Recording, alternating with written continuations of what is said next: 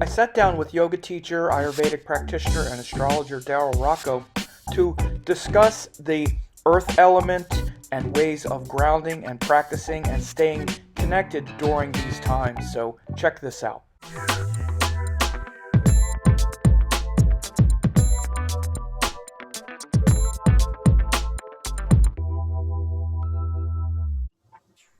Hey folks, it's Sam, and I'm here with another special guest, Daryl Rocco, who is one of my students. She took my course a few years ago. She's been doing great work, doing readings.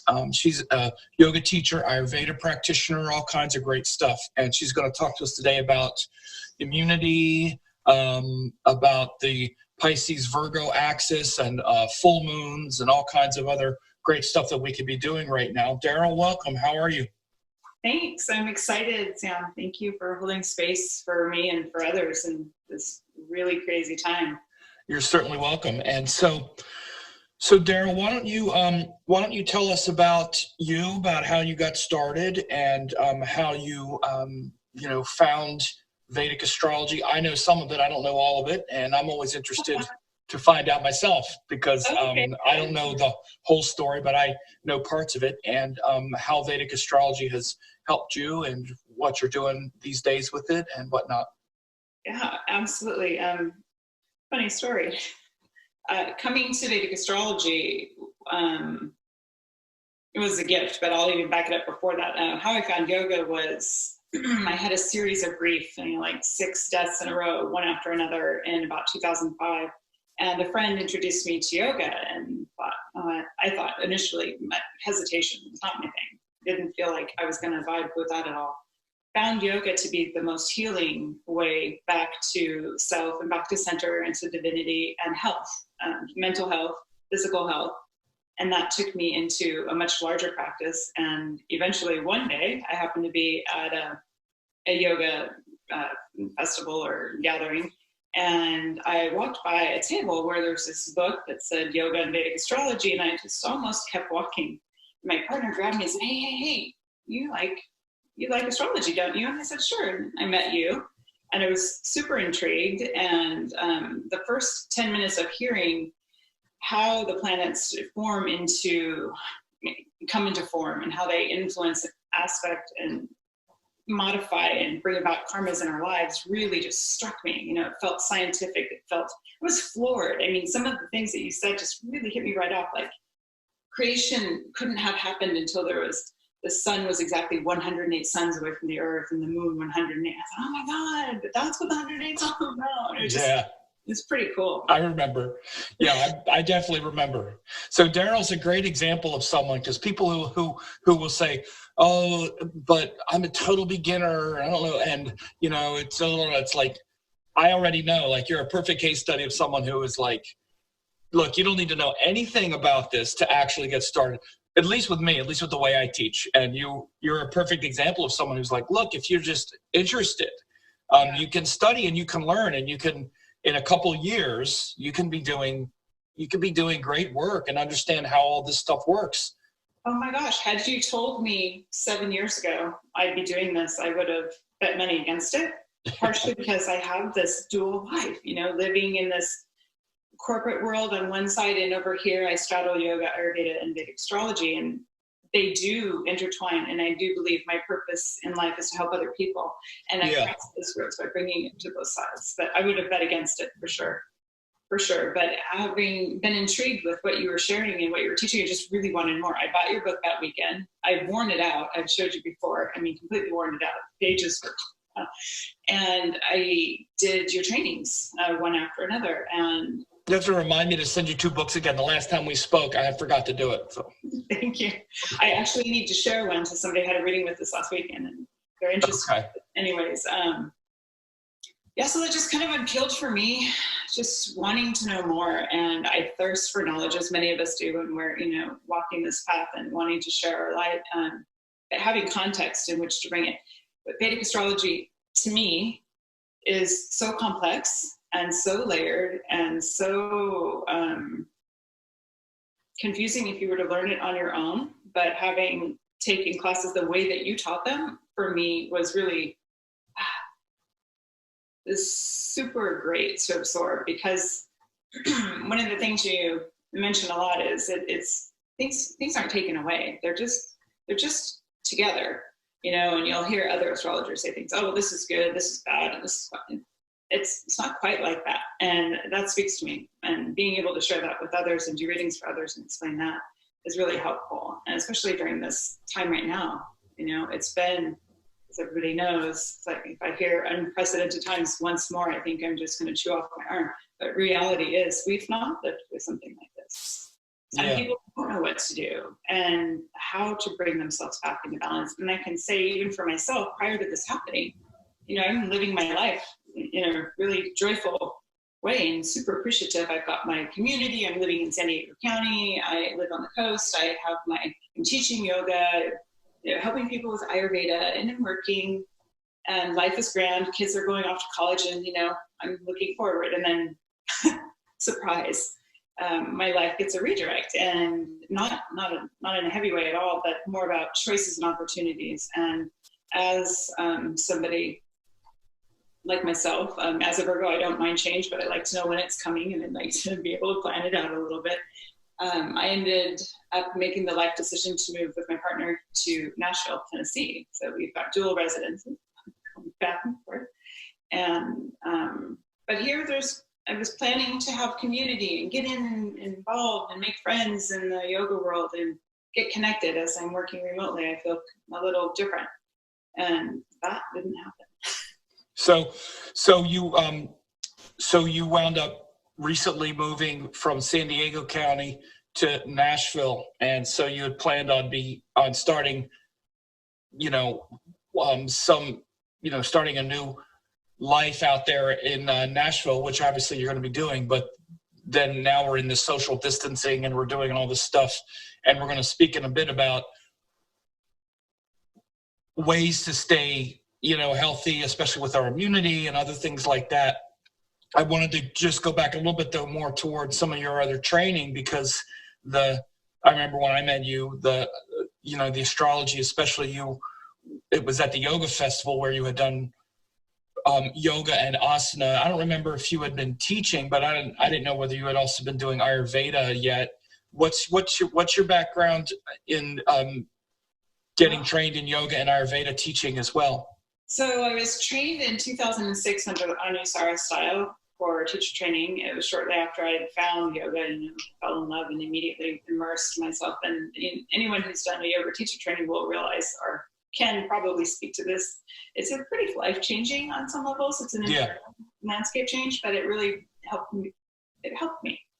And so I've been teaching and working still, and met you and then started to do those classes. And it was one of your students, Jeff Kraft, actually, who helped me find Dr. Paul Douglas. He's also a Western medical doctor. He's a Ayurvedic practitioner, and I took his classes a couple of years ago.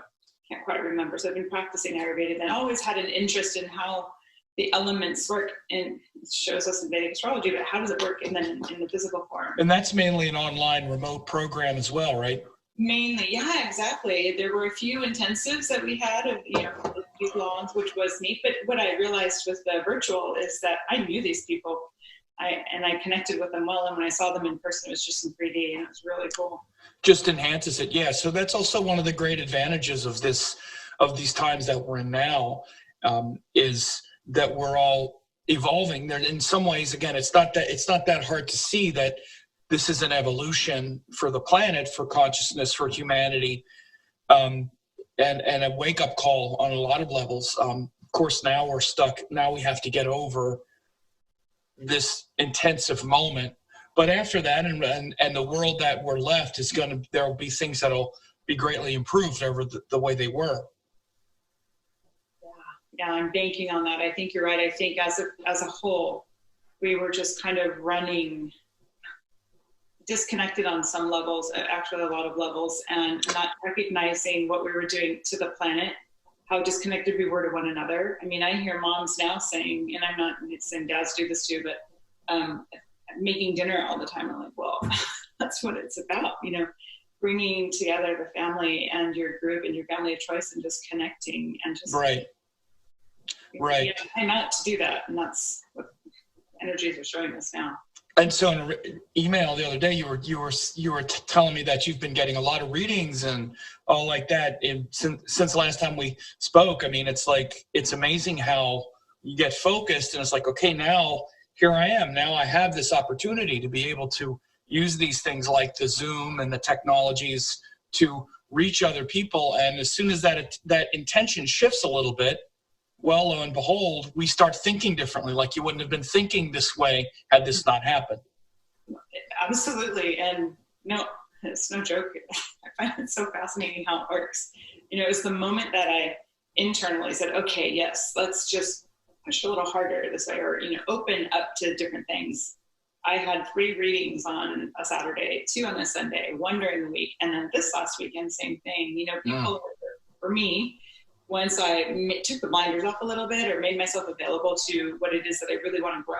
It's an intention. It's a shift in the intention. Once it's like, okay, this is real. Yeah.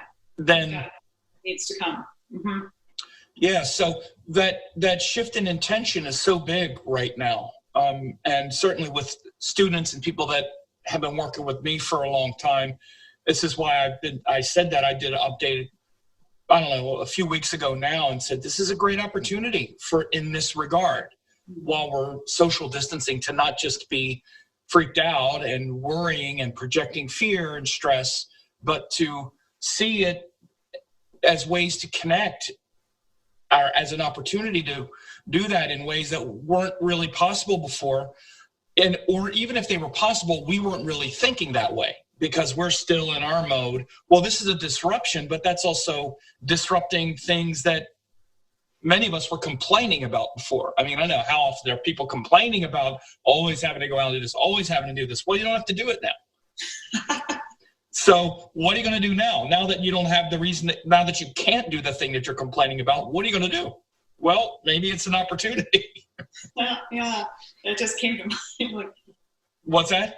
So I was just thinking about people making their, I have to go to this soccer game and that soccer game and going here and going there, and everything is like. Now it's like, no, stay home. And I mean, and the opportunity is time, and even like even the sort of one thing that you're being forced to do, which is like try to find ways to be productive with your time, like at home. These kinds of technologies are there. So for people that have studied, people that are thinking of studying, people who are thinking of, again, I hear it all the time because this is what I do for a living. So I don't know how many people I do readings for, like, oh yeah, I'd like to be an astrologer one day. I'd like to do this one day. Oh, but I got this, I got that. That's like everybody I talk to is like, okay, like everything I hear about and everything I've heard, like people telling me in readings forever, here's the chance. Mm-hmm. You can study now. You have the time. You can do it now, right? So managing that time well, it's easy to get stuck into that spiral of, just kind of not necessarily lethargic, but stuck on your phone and scrolling through social media. And I got to tell you, even for myself, I have a beautiful little setup, a little yoga room, but man, I have this internal battle sometimes to get myself on the mat. But when I do, just to sit, I can really feel and I can get in touch with and go deeper in this time recently than in most. And you're going to be talking today about ways to, especially like with immunity and other things in these times. I just brought up the chart here because we're recording this right before the full moon here, that we're having the full moon in Virgo. It's in April 6th. So we're in this Pisces cycle, and we're having a full moon coming up.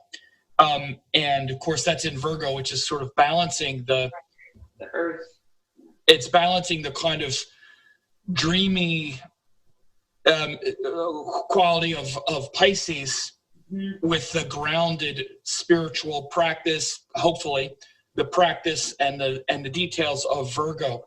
So in your astrology, Jyotish, Ayurveda training, there's a lot there, huh?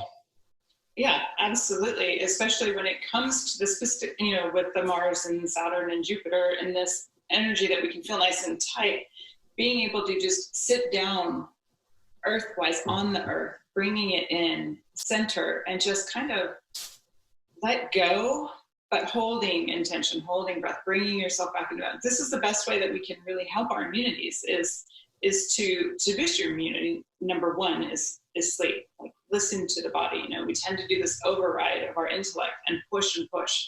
Well, we're not having to do that now. We still could, but it's better, you know, for restoration and for our health if we don't. And being earthbound, you know, I'm so blessed. This is kind of corny, but I have these trees all around my house. And in this particular room, I can almost feel the support of the earth under me. And I know that's really specific to this time, not just this one particular meditation or this time. But when I come in, I just really, really feel grounded. And it's easy to get off track and, you know, think about this and what about that and when it's going to go. But man, we're too spun out. Just slow it down, you know. So for immunity, the first I would say is to rest. The second is to have this heart-centered, you know, meditation when we're coming into the heart and expanding that. And when we have the focus on our heart and on love and expansion, you can't have fear at the same time. They can fight with each other, but really focusing in on the heart and what we can expand out that way, I think is what keeps me centered. And like I said, I've got lots of things I could worry about. I've got kids all over and friends all over, and, you know, everyone has something important in their lives, but man, and that sadhana, the practice, you have to be disciplined. And, you know, I'm one of those. I'm more of the Pitta Vata type, and so I squirrel, you know, I have to, it takes effort. But we can do it, and, you know, you can do that. The other thing, and this is also number one in my mind, although they are layered, is to eat well. You know, if you're gonna eat junk food and you're gonna eat processed food and pasta every night and pizza because you don't feel like making dinner, you're going to get what you put in.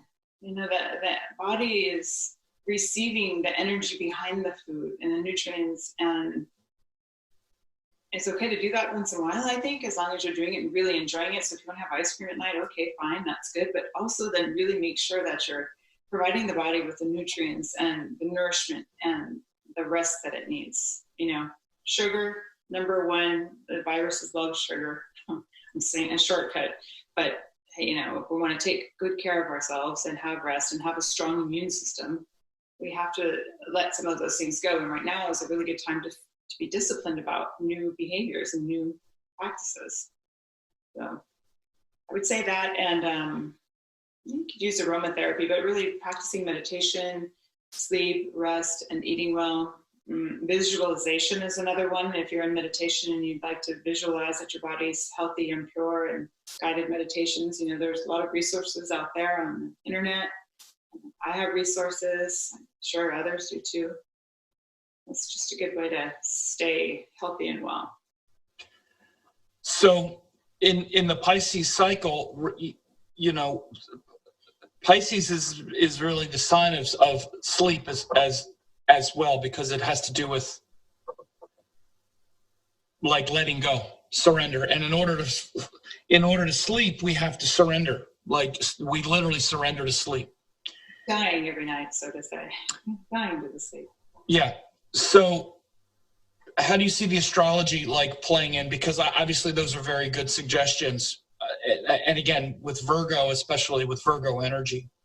Yeah, well, I would say that if you practice good sleep habits and good sleep hygiene prior to making your time for bed, going to bed at a certain time, say 10 o'clock or before the Vata time, I see the energies will help bring you into either deeper sleep, possibly, well, depends on and how you sleep, but more dreamlike experiences, lucid dreaming, restorative, replenishing rest. And on the flip side, with the moon being in Virgo, just a nice,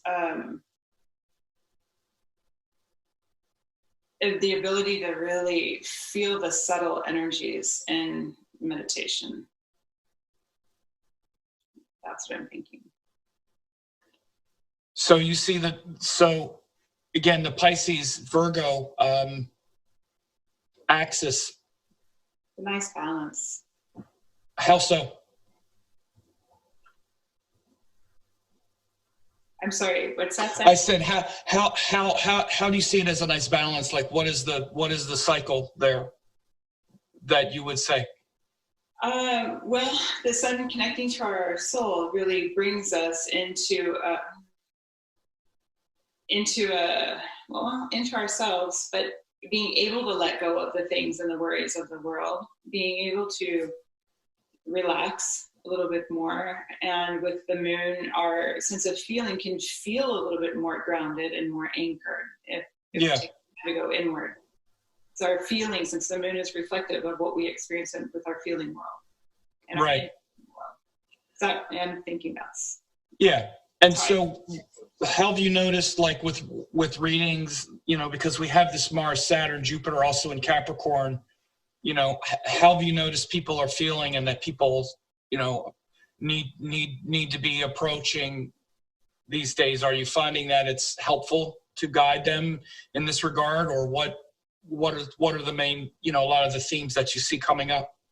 Well, I'm finding thirst for direction. So they do, right? What I'm noticing, I'm getting all types of people that are yoga practitioners and are very willing to meditate more. I'm getting those that are really ready to create something or continue on with something they've started, interested in book writing, virtual yoga, other classes. I've gotten quite an array. And they seem to be really needing some grounding and some releasing, you know, holding on to these old ideas that you just need to let go of, the old paradigms that aren't working or stuck ideas. And they're willing to pick something up, or seem willing to pick something up. So hopefully we're all doing a little better. Myself included, you know. I might be able to talk about all these things, but following them, it really takes that effort. How do you see that astrologically? You mean the following for myself or for others?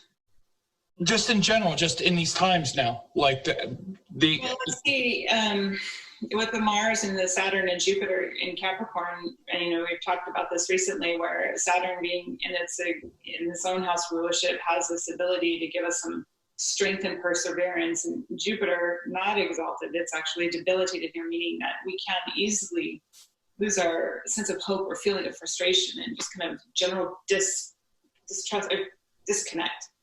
But Mars is exalted here, and Mars is our discipline, our self-will, our ability to bring something forth. So these old ideas that may have been working, like running here, running there, and not connecting on a deeper level, that don't serve us anymore, we can bring forth with Moon in this new placement in the next couple of days, bringing forth our ability to create and come up with and bring into form something that might be that we haven't really thought of before, or something that we have been working on. So it can bring it into form and allow us for this grace and this space for creation. That's something new that we might have found completely foreign.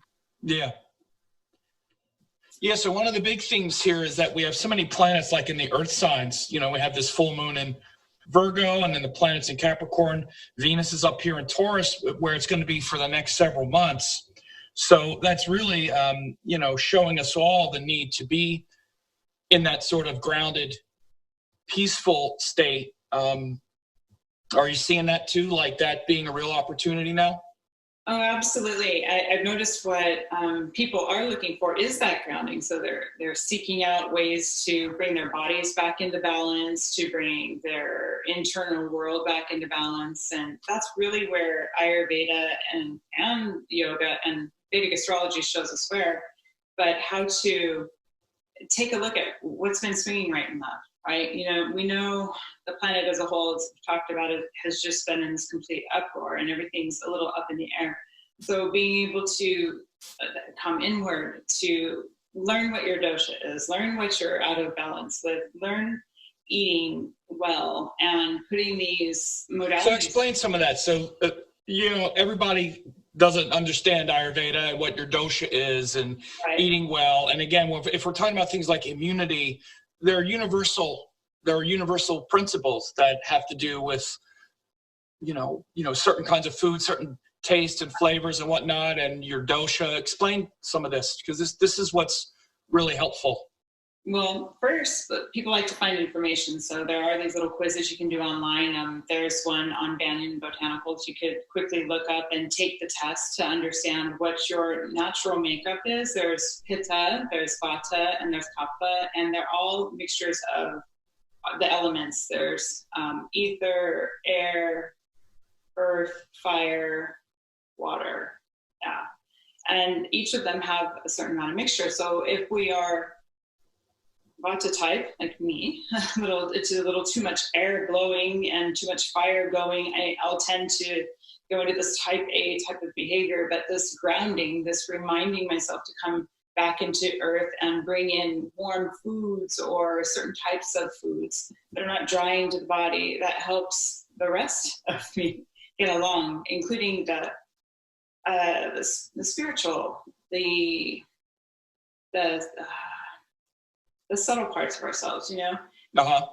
We often don't realize, I'm just going to throw this out there too, for someone like me, mantra, music, kirtan, these sound vibrations help bring into balance too, you know? So if you're listening to only heavy metal, which I also like, but you know, if I'm jamming out to Metallica, I've got to bring back into balance a little bit of mantra and some practice and some internal type of quiet. You know, I'm Virgo nature and require earth qualities. I don't mind having time alone. But if I'm getting burnt out with too much happening, even some of these Zoom calls that we're having, you know, there's a birthday party I was at this weekend, and there are lots of people and a lot of things happening, and people can still get burned out in this time. So coming back down to earth, learning and understanding what your natural makeup is, what your prakriti is, you can bring. So what are some other doshas? What's that?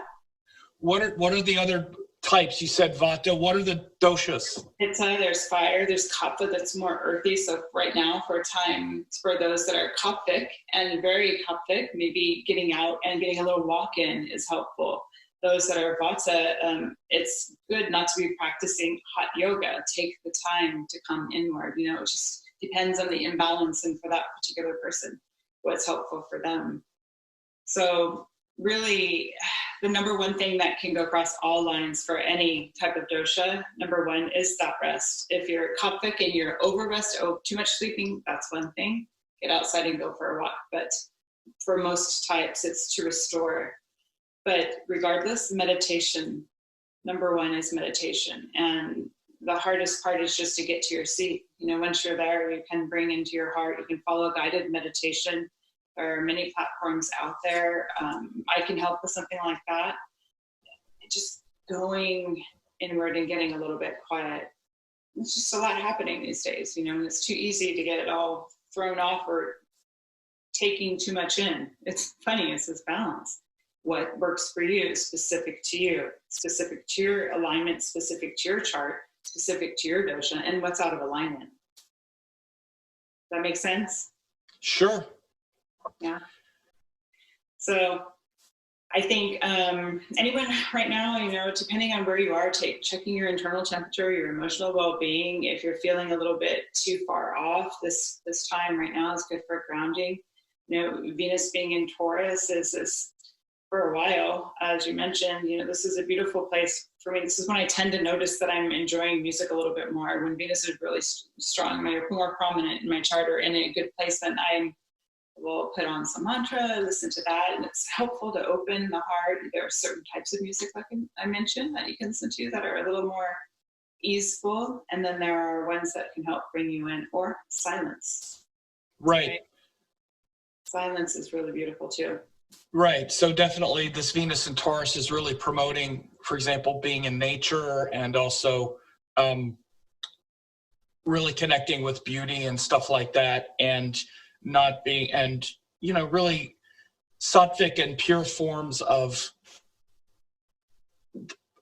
digesting all kinds of things through our senses now, not just the food, of course, is important.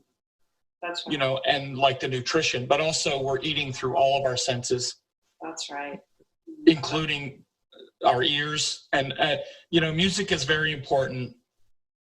And our eyes, what we're taking in, what we're seeing, watching, you know, people have, watching a lot of movies and doing that kind of stuff, it's more important to be, really watching what we're taking in through our eyes as well, instead of watching violent movies or, all that, to taking in uplifting images. Because one of the principles in Ayurveda too is that we're eating through all of our senses. Right. Not just our mouth. That's right. You're right about that. That's a good thing to remember, especially during these times when people are binging on Netflix and, whatever it was, Tiger something is, really be discerning about what it is that you're going to take. I keep hearing about it. I haven't seen it. I purposely don't feel like seeing it at this point. I can't do it. I can't. I'm one of those that it took me a long time to understand that, like, the extra stress in my body was because I was putting things in it, like you just said, through my eyes and through my senses, that caused this extra stress. And like, what is the point of that? My intention is to create a system or to help my system to be. Yeah, I'm glad I never got into watching TV. I just never got into it. Yeah. There's so much out there I want to learn about, and so much that I want to take in and share with others. And it just kind of gets combobulated sometimes, but there's so much, and this is a good time to do that. Pick up that book that you've been wanting to finish. The Moon and Chitra in the next couple of days. Like I said, you can pick up these crafts or these projects or things that you've started that you really want to just try to finish and get to perfection. So how do you see Chitra Nakshatra as being part of this? Oh, I like the idea of a sober, grounded, we're in lockdown, we're in timeout, we're going nowhere. You can do the mental assessment of what is it that I really think that I want to bring forth into the world.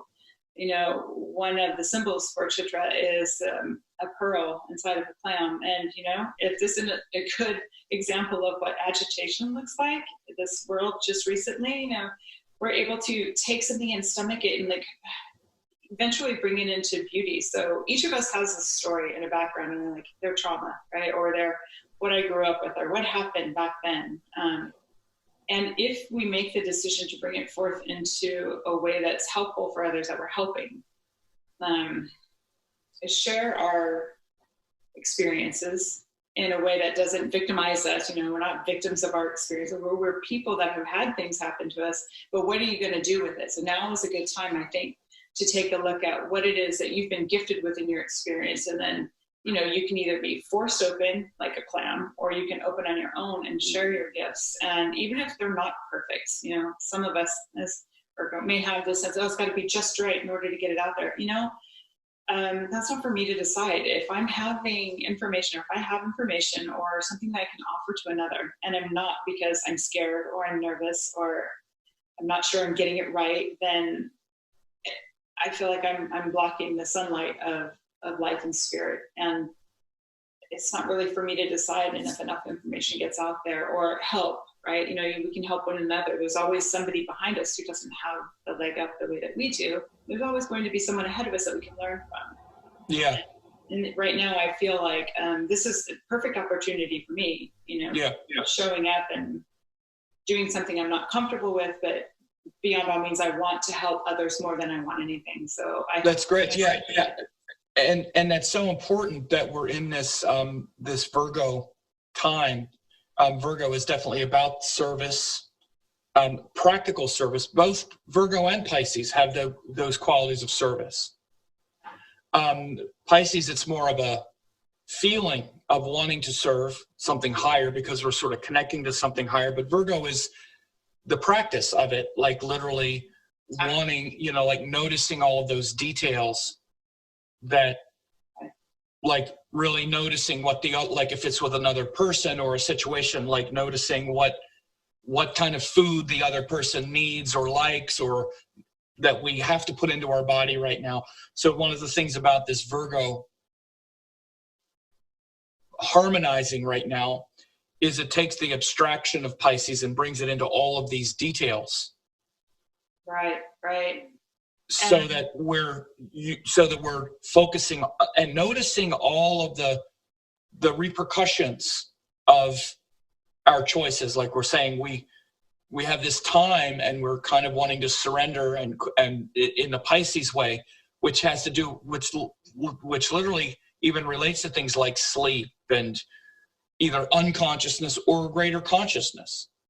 We can be awakening from the sleep or from the dream in Pisces, or we can be promoting deeper sleep. We can be promoting deeper sleep by like zoning out on Netflix and this and that and this other thing.